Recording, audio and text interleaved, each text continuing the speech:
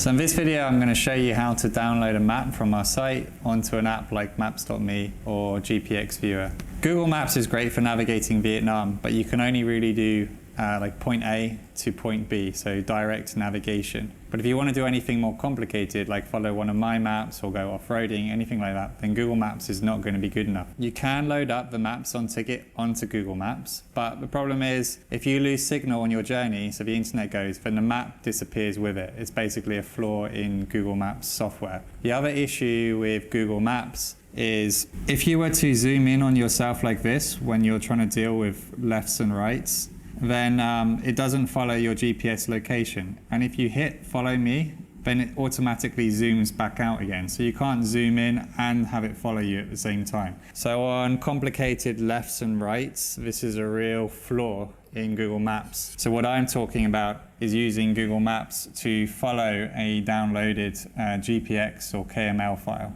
Okay. So if you were to drive to Hanoi, you might want to download the maps from the ticket site and you just follow them. Google Maps is not good for this. That's where you want to use Maps.me or GPX Viewer, which is what I'm going to show you today. Also, I know that Google Maps will change your route based on traffic, and you don't always want that because you have a selected route. So what you're talking about again is navigating from point A to B through Google Maps. Like I am here and I want to navigate to Dalat, where it gives you a route, right? Mm-hmm. But what I'm talking about is if you download a map and you're following, in this case would be the purple line, a predetermined line. So it's nothing to do with where does Google Maps want you to go. It's to do with how easy it is to follow that purple line. So we compare that to Maps.me, which is an app I'll show you later. You can zoom in as much as you like or zoom out as much as you like. And whatever level of zoom you have, it will still follow you on your line. So on complicated bits where you have lefts and rights, you can zoom in a lot and you're still getting followed, or zoom out a lot and you can see the overview.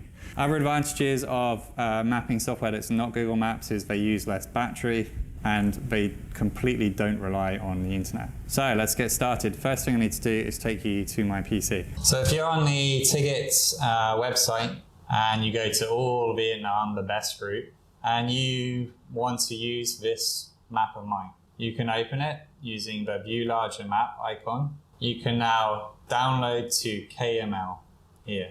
Save it to your desktop. Your next step is to email it to yourself. Okay, that's now done. Now on your mobile device, if you go to your email, you'll have your own email that you just sent to yourself, and you can click on it and hit open with maps.me. And that will import the map, which you can now follow with the GPS.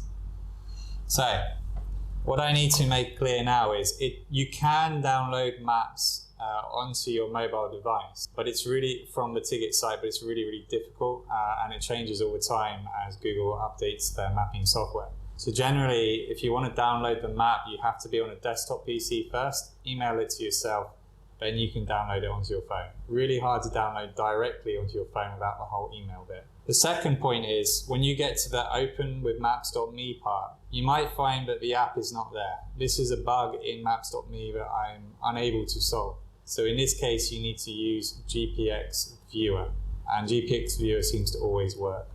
Maps.me also doesn't support GPX, so on the ticket site, you're downloading KML files.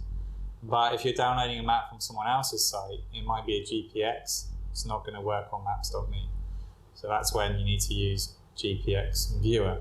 Now, is Maps.me as up to date as, let's say, Google Maps in terms of the roads there? So interesting. So Maps.me has their own map, and you'll find on here that some of the roads they have are not on Google Maps, and vice versa. There'll be roads on Google Maps that are not on Maps.me. So the experienced sort of navigator will use both Google Maps and Maps.me if you're trying to find new roads, sort of thing. But it's also interesting, the layout of the maps is very different. So maybe on Google Maps you see a lake and it looks like a small lake, but on Maps.me that same lake might look massive. So the layouts are actually not the same. So sometimes it can be quite hard to compare two maps side by side. This is actually where GPX Viewer comes in, because GPX Viewer behaves in the same way as Maps.me in that you can follow your line around. But GPX Viewer is using Google Maps as its background. So it's exactly the same as what Google Maps will be showing you, which is really nice. You can also use Google Earth on this one.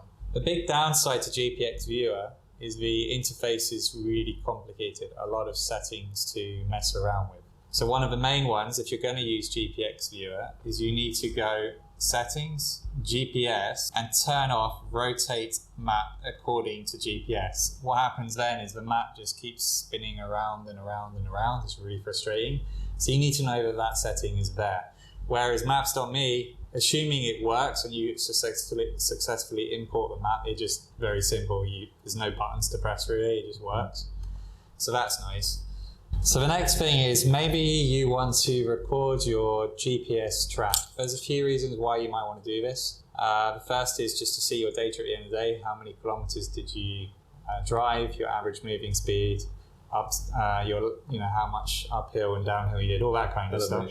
Elevation, thank you. But the other is, if you find a cool trail, then you might want to save that for reference later to start to build your own routes, like what I do on the ticket site. So to record your own GPS, 2 apps. The first is GeoTracker, and this is so easy. It's really just hit record, and you can leave it alone, and then you can just email off your day's work at the end of the day. The other great thing about recording your own data is if you, for example, I go off into the sand dunes where you can easily get lost. If I have the data that I did for that day, then I can just backtrack using GeoTracker to go back on my exact same path. Stops you getting completely lost. For iOS, you need to use the app called Ride With Me. I've never used it, but our tour guide Todd uses it. It's just a similar thing. You literally hit one button and it will record your GPS for that day. Very simple. Have you had any failures with your preferred software using offline maps? So Maps.me,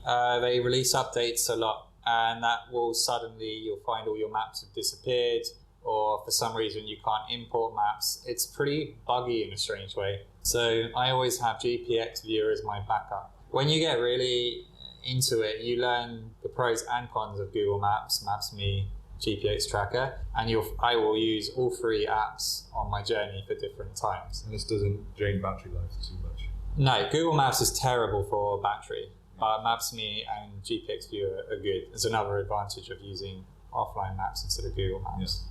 But really, you should be following a predefined trail from our site using Maps.me on your journey. And then as the day gets to an end, 3 p.m, and you want to get as quickly as possible to your final destination, that's when you switch over to Google Maps and you just hit navigate me to X, Y, and Z hotel as quickly as possible. Yeah. And that's the way you do it. Because then as well, you get the timings. Google Maps is very accurate these days. It will say it's 1 hour, 1 hour 30 to your hotel. And obviously it counts down so you know where you stand on that highway or road.